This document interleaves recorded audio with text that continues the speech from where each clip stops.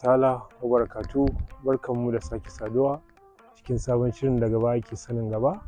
Shiri ne da yake kawo muku tarihin wannan lardi tun daga sanda yake kufai har zuwa sanda ya zama tunjumin gari, wanda ni Bashir Muhammad Aldarma nake gabatarwa. Kamar yadda muka kawo muku tarihi na mutanen wannan lardin tun daga kan abin da ya shafi daga inda suka zo, sannan yadda suke shugabancinsu, yadda kuma suke tafikar da al'ummarsu, da abin da suke bautawa, da kuma yadda rayuwarsu ta kasance a wannan tsaunin.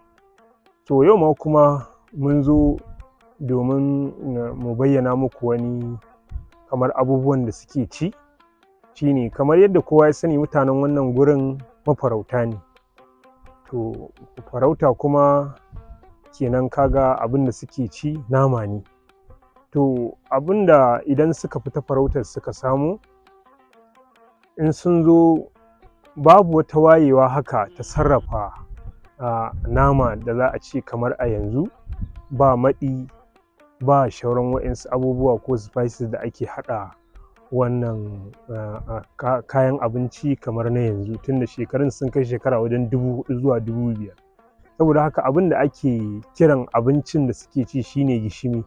Shine in ka yo farautar shi abin da ka yo farautar shine kawai za ka zo ka ɗan gasa shi, wani ma babu fiɗa, wani da fiɗar ma za ka ga da gashi, ba wani haka tsaftataccen abubuwa. To saboda babu wayewar sarrafa shi kansa naman da za a iya cinsa kamar yadda ake cinsa a yanzu, to haka suke cin naman nasu, wanda shine ake kiransa gishimi. Bayan wannan abinci da suke ci gishimi, to akwai kamar kayan itatuwa wanda suke na wannan nahiyar ne, tunda a lokacin babu ci gaban da waɗansu kayan itatuwar za a ɗebo su a kawo su wani guri. Kawai waɗanda Allah ya dasa a gurin suke fitowa, su ne abin da suke ci. Shine muka zo muku da su. Kamar wannan taura ce, kun ganta, hasko ta za ka yi sosai su gani, ka hasko ta sosai. Taura ce wannan. Ita wannan taurar tana ɗaya daga cikin abin da Allah ya saka su ne kayan itaciya cewa na wannan nahiyar tamu. Bayan wannan taurar sai addu'a, kun ganta, ita ma wannan addu'a ce.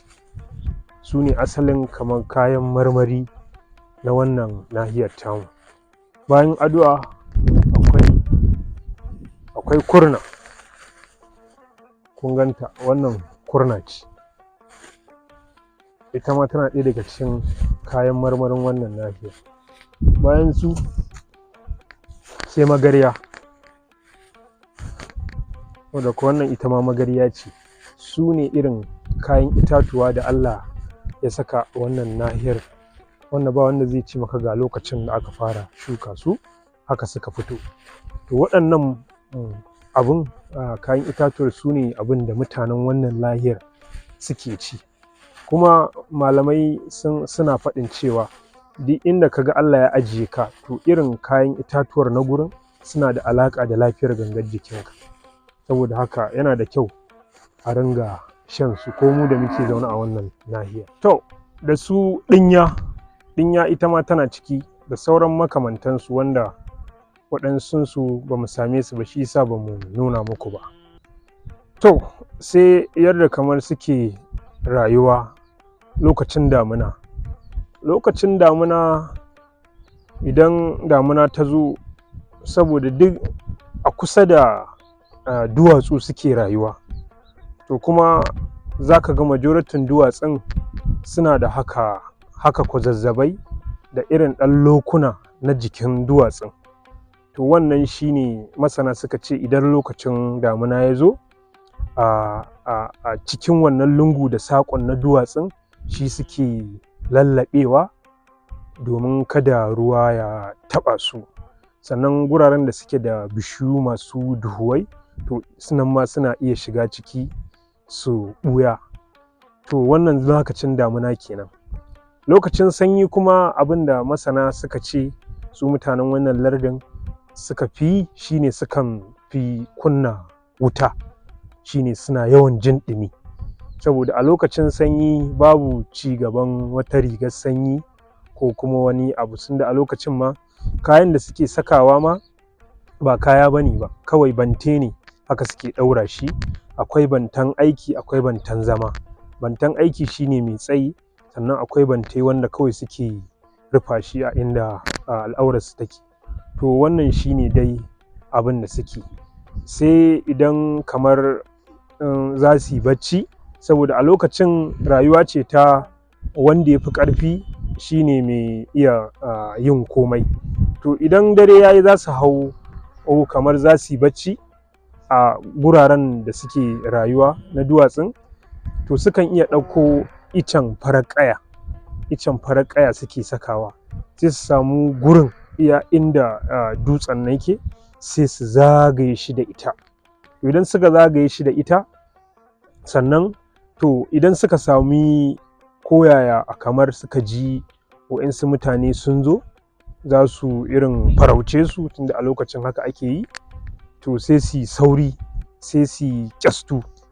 Ƙyastunsu suna yi da wuta, da dutse, da duwatsu ake kunna wuta a wannan lokacin. To idan suka yi wannan, shi icen farar ƙaya yana ɗaya daga cikin ice mafi cin wuta a zamanin. Don idan da za ka kalli wani fim na Game of Thrones wanda aka taɓa yi, za ka ga akwai sanda waɗansu White Walker suka zo Winterfell, wani gari North. Da suka zo da daddare suka zo, sai mutan garin sai suka nemo waɗansu itace, za ka ga sun kunna wuta sun zagaye garin. To wannan masana suka ce shine icen farar ƙaya ne, shine icen da ya fi kowane ice cin wuta, shi yasa sai su zagaye shi. To su ma a wannan nahiyar haka suke, idan suna jin tsoron waɗansu za su zo su yi musu, su farauce su, sai su samu wannan icen farar ƙaya sai su zagaye shi. Shine da sun zo sun ga matsala sai su ƙyasta wuta, suna ƙyasta wuta shikenan sai ta kama. Tana kama, to ba wani mutum da zai iya zuwa ya tsallako wutar ya zo ya cin musu. To kamar waɗansu za su iya hangar cewa duk yawan mutanen wannan nahiyar a ce a jikin duwatsu kawai suke ɓuya lokacin ruwa ko lokacin zafi ko kaza ko kaza. A lokacin sama da shekara wajen 3000, 4000, 5000, ai mutanen nahiyar ba su da yawa. Kusan a lokacin ma mutanen duniya ai gabaki ɗaya ba su da yawa. Ba su da yawa, saboda haka shine ba wai mutane ne kamar na yanzu da muke da yawa ba. A'a, mutanen duniya a lokacin ba su da yawa. Yanzu ko sanda aka karɓi ‘yancin ƙasar nan, ai mutanen ƙasar nan an ce ba su wuce mutum miliyan 35 ba. Haka masana suka ce. To saboda haka mutane ƙaruwa Ubangiji ya ringa ƙara su. Saboda haka to sama da shekara wajen 3000, 4000, don an ce maka mutanen da suke rayuwa a wannan nahiyar tsirari ne, ba abin mamaki ba ne. Sannan daga waɗannan dai abubuwan da muka gaya muku, binciken masana ilimin tarihi ya nuna babu wani muhimmin abu da ya ƙara faruwa daga kan waɗannan mutanen jikokin su Balbushi. Babu wani muhimmin abu da ya afku a wannan nahiyar. Haka suka yi ta rayuwa wajen ƙarnuka da suka wuce. Wayansu an ce an kai shekara wajen 2000 zuwa 2500, sai a ƙarshen ƙarni na 6 aka samu wani muhimmin abu da ya faru a wannan nahiyar. Shine abin da ya jawo waɗansu mutane daga yankin Nijar a yanzu kenan, wata guguwa ta dame su, guguwa ta Sahara ita ce ta dame su. Shine suka ga ba za su iya rayuwa a wannan yankin ba, sai suka ringa matsowa a nan wajen dausayi. To wannan tahowar da suka yi, an ce shine su ƙabilar da suka to su ne ake kira Abagayawa. To kuma masana sun ce waɗannan Abagayan su ma waɗansu rukuni ne na cikin Hausawa. Shine suka yo wannan nahiyar, saboda can wajen Sahara ce, to wannan guguwar da take tasowa ta Sahara ta hana su zama, sai suka yo nan wajen dausayi. To bayan da suka to nan, to waɗansu masana ilimin tarihi sai suka ce sai suka rabu gida biyu. Waɗansu suka rabu suka yi yamma, suka yi yankin garin Gobir kenan, suka ji suka kafa Gobir. wanda ita wannan guguwar da ta taso ana kiranta da gubar. To wannan shine dalilin da yasa su da suka yi yamma sai suka je suka dasa kafa gari a wajen yankin Zamfara, wanda ake cewa su ne suka saka sunan abin da ta koro su daga nan, shine suka sa wa garin Gobir, wanda kafin zuwan su an ce sun tadda Zamfarawa a gurin. To su kuma waɗannan da suka kaso suka ɗan yi gabas maso kudu, to shine suka yo wannan garin sai suka je garin kusan Gaya kenan, suka je suka zauna a wannan garin na Gaya. To wayansu suka ce shine mutanen da suka fara kafa garin Gaya. To amma fa ku sani tun wannan lokacin a ƙarni na 7 da suka je suka kafa wannan garin Gaya, akwai mutane na jihar Kano a wannan nahiyar jikin abin da ya shafi Dala da Goron Dutse, akwai mutane. To wannan sauyin ne ya jawo su mutanen nan jihar Kano mafarauta ne. Yayin farautarsu da suke fita suke yawo sai suka haɗu da waɗannan mutane na yankin Gaya wanda suka zauna a Gaya. To su kuma wanda suka zauna a Gayan suna da kamar ilimin ƙira, maƙera ne. To wannan abin ne ya jawo su kuma waɗannan mafarauta ne. Kaga mafarauci yana buƙatar abin da zai ringa farauta. To sakamakon wannan zuwan da su mutanen nan suka ringa yi suna zuwa, to a cikin su sarkin masu ƙira a ciki ana kiransa Kanau.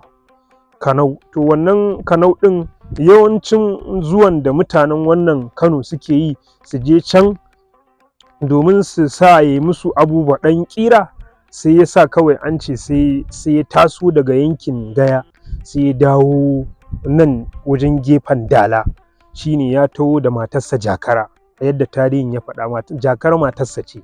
Sai suka zo nan kusa da gulbin ruwan Jakara, sai suka kafa wani sansaninsa a nan. Daga wannan shi mutum Kanau, sunan wannan jihar masana ilimin tarihi suka ce ya samu sunansa. Daga nan suka ringa tawaye su ce bari mu je gurin Kanau ya mana ƙira. To daga nan aka sami sunan shi. Wallahu daga nan zan tsaya, in ya so za mu ci gaba da kawo muku shirin tarihin. Wassalamu alaikum warahmatullahi ta'ala wabarakatuh.